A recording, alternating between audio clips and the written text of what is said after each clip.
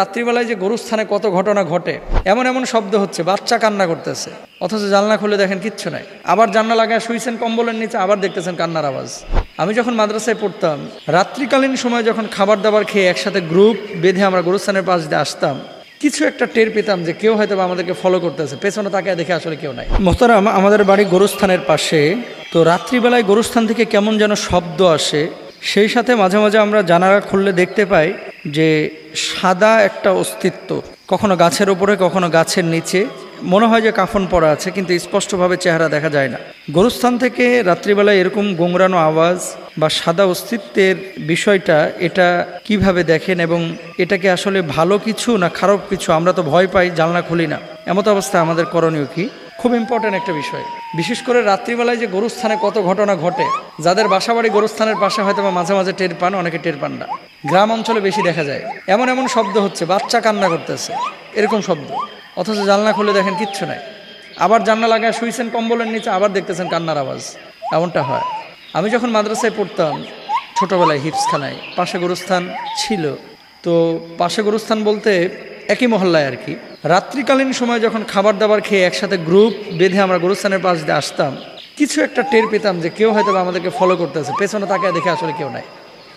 তো ছোটোবেলায় মারাত্মক ভয় পাইতাম, পরে যাওয়া বন্ধ করে দিয়েছিলাম। রাত্রিকালীন সময়ে গরুস্থানে অনেকে অনেকভাবে ব্যাখ্যা করে থাকেন বাংলাদেশে। আসলে রাসূল আকরাম সাল্লাল্লাহু আলাইহি ওয়াসাল্লামের হাদিসগুলো বিবেচনা করলে আপনি দেখবেন যে কবরে আযাব এটা সত্য, আপনি দেখবেন কবরের জিন্দেগি এটা সত্য। কিন্তু কবরের মধ্যে লাশ সবসময় কিন্তু থাকে না। কখনো লাশ পচে যায়, মাটি খেয়ে ফেলে, হাড়গোড় পড়ে থাকে। জিনদের প্রধান খাবার কিন্তু হাড়গোড়, এবং জিন জাতি এই সমস্ত, যেহেতু আমাদের বাংলাদেশের ম্যাক্সিমাম কবরস্থানগুলোই কিন্তু অপরিচ্ছন্ন মানে ওই ইউরোপ বা পশ্চিমা বিশ্বের খ্রিস্টানদের যে গৌরস্থান বা কবরস্থান এরকম নিট অ্যান্ড ক্লিন না। ঢাকা সিটির আজিমপুরে যেয়ে দেখেন না কি অবস্থা। ঢাকার ভেতরে যদি অবস্থা হয়, গ্রাম অঞ্চলের অবস্থাটা কি? গ্রাম অঞ্চলে এমনও কবরস্থান আছে, এটারে যদি কাইটা সাইটা পরিষ্কার করা হয়, হয়তো বা 2-3 হাজার সাপ পাবেন ছোট ছোট, মানে এত নোংরা করে রাখে। তো এটা স্বাভাবিক। আল্লাহ রাসূল সাল্লাল্লাহু আলাইহি ওয়াসাল্লাম তো বলে গেছেন যে এই যে উপত্যকা, জলাশয়, জঙ্গল, এই জায়গাগুলো হচ্ছে জিনদের আদর্শ জায়গা। মানে খারাপ জিন সবসময় খারাপ জায়গায় থাকে, ভালো জিন ভালো জায়গায় থাকে। এরা মানুষকে ওয়াসওয়াসা দিতে পছন্দ করে, ভয় দেখাইতে পছন্দ করে। তো এই জন্য গরুস্থানগুলোকে আপনাদেরকে একটা কথা সবাইকে বলি, বিশেষ করে এলাকা ভিত্তিক যে গরুস্থানগুলো আছে এগুলো আপনারা নিট অ্যান্ড ক্লিন রাখবেন। যদি এই সমস্ত বিড়ম্বনায় পড়তে না চান, পরিষ্কার পরিচ্ছন্ন রাখবেন। জঙ্গল রাখতে হবে গরুস্থানকে, এটা জরুরি না। বা দেয়াল নির্মাণ করে অথবা আপনার এই ঘিরে রাখতে হবে, জরুরি না। কিন্তু জঙ্গল এগুলো রাখবেন না। অনেক সময় বাঁশ উঠে একটা কবরস্থানে ওই বাঁশ ঝাড় হয়ে গেছে, বড় বাঁশ ঝাড় কাটতেছে না কেন রে ভাই? আপনার এই কবরস্থান থেকে যেহেতু বাঁশের ফালি দেওয়া হয়েছে চাটাইয়ের নিচে ওপরে, তো এই বাঁশ থেকে বাঁশ ঝাড় হয়েছে, 100টা বাঁশ হয়ে গেছে। তো আপনি বাঁশগুলো কাটতেছেন না কেন? কবরস্থানের বাঁশ তো কেটে আপনি ব্যবহার করতে পারবেন। বেচা কিনা করে এই টাকার মালিক হবে গরুস্থান। তো বাঁশ ঝাড় হতে হতে এত বড় হয়ে গেছে যে এটার কোনো হদিসই নাই। আপনাদেরকে একটা কথা বলি, রাত্রিবেলায় যদি এরকম আওয়াজ পান গরুস্থানের পাশ থেকে, আপনারা জানালা খুলবেন না, বরং যেটা করবেন আয়াতুল কুরসি পড়বেন। আয়াতুল কুরসি পড়ে ওর মতো থাক, আপনি আপনার মতো থাকেন। ছাদের মধ্যে হরমর করে শব্দ করতেছে, টিনের ওপরে কে যেন ঢিল মারতেছে, মনে হচ্ছে আম পড়তেছে, ঘোড়ার ডিম, কিচ্ছু নাই, যা দেখতেছে কিচ্ছু নাই, এরকম হয়। এসব ক্ষেত্রে আপনাদেরকে বলবো আয়াতুল কুরসিটা সবসময় চলমান রাখবেন। আর সূরা বাকারা এর আগেও একদিন বলেছি, এটা পারলে লাউড স্পিকারে একটু সাইডে রাখেন। যখন দেখবেন যে আপনারা ঘুমাইতেই দিচ্ছে না বা খুব ডিস্টার্ব করতেছে, জানালার কাছে মোবাইল ফোনটা লাউড স্পিকারে সূরা বাকারা সাইডে থুয়ে দেবেন। আপনি বলবেন যে এটা কি রাসূল সাল্লাল্লাহু আলাইহি ওয়াসাল্লাম বলছে যে জানালার কাছে মোবাইল রাখতে? তো নবীর জামানায় কি মোবাইল ছিল? নবীর জামানায় তো মোবাইল ছিল না, কিন্তু এগুলো তো কোরআনের তদবির, কোরআনের চিকিৎসা। এখন আমরা ফোন দেওয়া শুরু করবে, হুজুর আমার গরুস্থানে সাপ দেখছি, আমার গরুস্থানে গরু দৌড় মারছে দেখছি, আমার গরুস্থানে কি যেন দেখছি, শুরু হয়ে যাবে। না, আপনাদেরকে বলি গরুস্থান পরিষ্কার রাখবেন। সাদা কোনো কিছু যদি অস্তিত্বে আপনারা টের পান, সেদিকে আপনি তাকাচ্ছেন কেন? তাকাবেন না। তো গরুস্থানে রাত্রিবেলায় যাওয়ার চেষ্টাও করবেন না। অনেক সময় গর্ভবতী মহিলারা গরুস্থানের পাশ দিয়ে যান, সমূহ সম্ভাবনা আছে ইফেক্ট করার। প্রেগনেন্ট কোনো মহিলা গোরস্থানের পাশ দিয়ে রাত্রিবেলায় এরকম হেঁটে যাবেন না।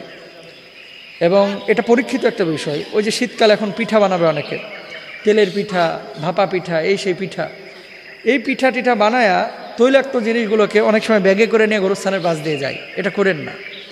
বহু মানুষ ক্ষতির সম্মুখীন হয়েছে। এবং এই সমস্ত কথাগুলো যখন বলা হয়, অনেক মানুষ বলবে, হুজুর সনাতনী কথাবার্তা কই পাইছে এগুলা। কিন্তু যখন আবার ধরা খায় তখন আবার হুজুরের কাছে দৌড়ায় আসে, হুজুর এটা তো জীবনেও কল্পনা করি না। ইউরোপের মতো দেশে এরকম ঘটনা ঘটবে, এটা কি জীবনে কেউ কল্পনা করছে? বাঙালি ইউরোপে থাকে, এরকম হয়েছে, ঘরের মধ্যে এই ধরনের প্রবলেমে পড়তেছে। তো এই জন্য আসলে আয়াতুল কুরসিটা মুখস্থ করেন, সূরা বাকারাটার আমল করেন, সূরা বাকারার শেষ 3 আয়াতের আমল করেন, কোরআনটাকে নিয়মিত কাছে রাখেন, কোরআন অনুবাদ পড়েন, কোরআন আরবি পড়েন, আর কোরআনের তেলাওয়াত শুনেন, করেন। ইনশাল্লাহ এগুলো থেকে বাঁচতে পারবেন। আল্লাহ তৌফিক দান করুন। আমি একটা ভিডিও দেখলাম ফেসবুকে। এই ভিডিওটা দেখার পরে আমি প্রয়োজন মনে করেছি তথ্যটা মানুষের সামনে জানানো উচিত। বিশেষ করে আমাদের বাংলাদেশে কিছু আধুনিক মা পয়দা হয়েছে, এদেরকে যদি ডিজিটাল মা বলেন তাহলে ভুল হবে না। ছোট বাচ্চা মায়ের কোলে ওঠার জন্য আকুতি করতেছে যে আম্মু আমার কোলে নাও, বাচ্চাটারে হাঁটায় নিচ্ছে আর কুত্তার বাচ্চাটারে কোলে নিয়ে ঘুরতেছে। এমন ঘটনা বাংলাদেশেও কিন্তু এখন ঘটছে, যেখানে আল্লাহ রাসূল সাল্লাল্লাহু আলাইহি ওয়াসাল্লাম বলছেন যে ওই ঘরের মধ্যে ফেরেশতা প্রবেশ করে না, ফিহি কালবুন, যার মধ্যে কুকুর আছে, আও তাসাউইর, অথবা ছবি আছে, সেই ঘরের মধ্যে রহমতের ফেরেশতা প্রবেশ করে না। তো ঘরে নাই, একবারে জামাইয়ের মতো কোলে করে নিয়ে ঘুরতেছে এখনকার মহিলারা, অনেকে কুত্তাকে। এবং এটা একটা ফ্যাশন হয়ে গেছে। প্যান্ট পরতেছে ছেলেরা, হাফ প্যান্ট, এদিকে টি শার্ট অথবা গেঞ্জি একটা ছোট্ট পরতেছে, কুত্তার গলায় শিকল লাগায় এটা নিয়ে মহল্লায় মহল্লায় ঘুরতেছে। আমার কাছে মনে হয় যে ওটা ছোট কুকুর আর ওটা হচ্ছে বড় কুকুর, দুটোই কুকুর। আশরাফুল মাখলুকাত, আল্লাহ বানাইলো যে মানুষকে সর্বশ্রেষ্ঠ মানুষ হিসেবে। আরে আমি বলতেছি না কুত্তাকে আপনি মারা ফেলবেন, কুকুরের জায়গায় কুকুর থাকবে, আপনি ঘরের মধ্যে নিচ্ছেন কেন? কুকুর তো নাপাক প্রাণী। আমি বলছি না রাস্তাঘাটের সব কুত্তারে পিটিয়ে মারিয়া ফেলান, আমি কিন্তু সেটা বলতে চাচ্ছি না, ভুল বুঝেন না। কুকুর একটা প্রাণী, আল্লাহর সৃষ্টি জীব। কুকুরের জায়গা আল্লাহ তাআলা নির্ধারণ করে দিয়েছে যে একটা কুকুর কোথায় থাকবে। কুকুর থাকবে রাস্তাঘাটে। কুকুর যদি শিকারি বানান তাহলে ভিন্ন কথা, খামারের মধ্যে রাখবেন। যদি শিকারি কুকুর থাকে, সে বাড়ি পাহারা দেবে, ঘর পাহারা দেবে।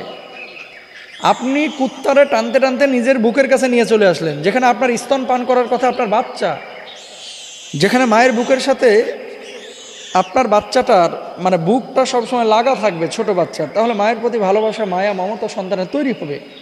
সেই বাচ্চাকে বুক থেকে নামিয়ে আপনি রাস্তার উপরে রেখেছেন, আর কুত্তার বাচ্চাটাকে আপনি গলার মধ্যে মিলিয়ে দিয়েছেন, বুকের সাথে মিলিয়ে রাখছেন। আপনি লিখে রাখেন যে এই বাচ্চাটা বড় হয়ে সে আর একটা কুকুর নিয়ে ঘুরবে আর আপনারা বৃদ্ধাশ্রমে ফেলা দিয়েবে, আপনার খোঁজখবর রাখবে না। এত সোজা না। ইউরোপিয়ানদের জীবন দেখে কি আপনারা এখনও টের পাচ্ছেন না? হ্যাঁ, ইউরোপের রাস্তাঘাট সুন্দর, পশ্চিমা বিশ্বের উন্নত দেশ, তাদের চিকিৎসা ব্যবস্থা ভালো, তাদের খাবার দাবার ভালো, আমাদের চাইতে ফ্রেশ, প্রতারণা নাই, ভণ্ডামি নাই। কিন্তু পারিবারিক অবস্থা বাপ বাপের মতো, ছেলে ছেলের মতো, মেয়ে মেয়ের মতো, জামাই ঠিক নাই, বউ ঠিক নাই, স্বামী ঠিক নাই, মা ঠিক নাই, বাপ ঠিক নাই, যে যেমনে পারতেছে সেইভাবে চলতেছে। জামাইয়ের মূল্য তো দেয় না, স্ত্রীর মূল্য তো দেয় না, বরং এদের বাড়িতে এদের জামাই আর এদের বউ হচ্ছে এদের কুকুরগুলা। এক একটা কুকুরের দাম জানেন? এগুলো অনেকে আপনারা জানেনও না। আমার নিজে চোখে দেখা, এবং আমি হাতও দিয়েছি এটার গায়ে। বিদেশ জিজ্ঞেস করলাম বাংলা টাকা এটার দাম কত? হুজুর এই কুকুরটা ফ্রান্স থেকে আনছি আমরা, ফ্রান্স থেকে।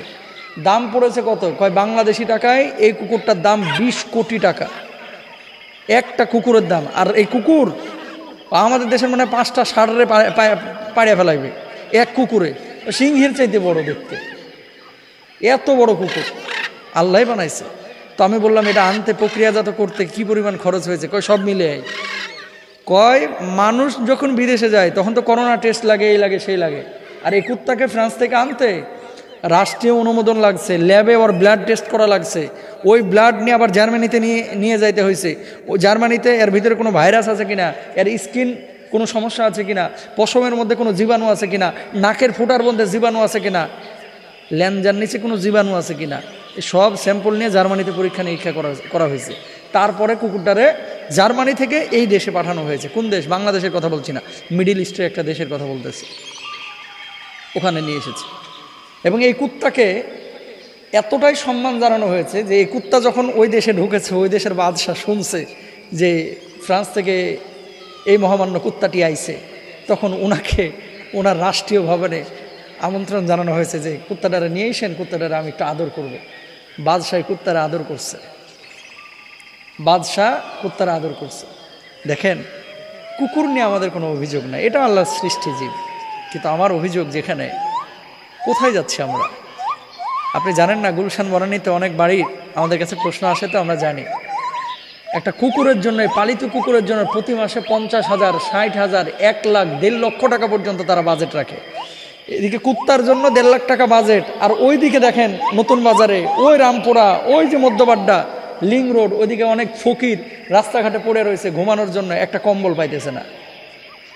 আপনি কুত্তার লাগে 1.5 লাখ টাকা খরচ করলেন, রাস্তাঘাটে যে মানুষগুলো পড়ে রয়েছে এগুলোর জন্য 1,500 টাকার একটা কম্বল কিনতে পারেন না। আপনি মানুষ না অমানুষ নিজের কাছে জিজ্ঞেস করেন, বিবেকের কাছে জিজ্ঞেস করেন। আমি কাউকে আঘাত করার জন্য বলতেছি না, আমি যেটা বলতে চাচ্ছি ইসলামী শরিয়ার বিধান, কুকুর কুকুরের জায়গায় থাকুক, মানুষ মানুষের জায়গায় থাকবে। আর সন্তানের স্থান কখনো রাস্তাঘাটে না, সন্তান হবে বুকের স্থানে। ছোট বাচ্চা বুকের জায়গায় যদি কুকুর উঠে, তাহলে ওই সন্তানের জায়গায় আপনি কুকুরকে উঠাইলেন,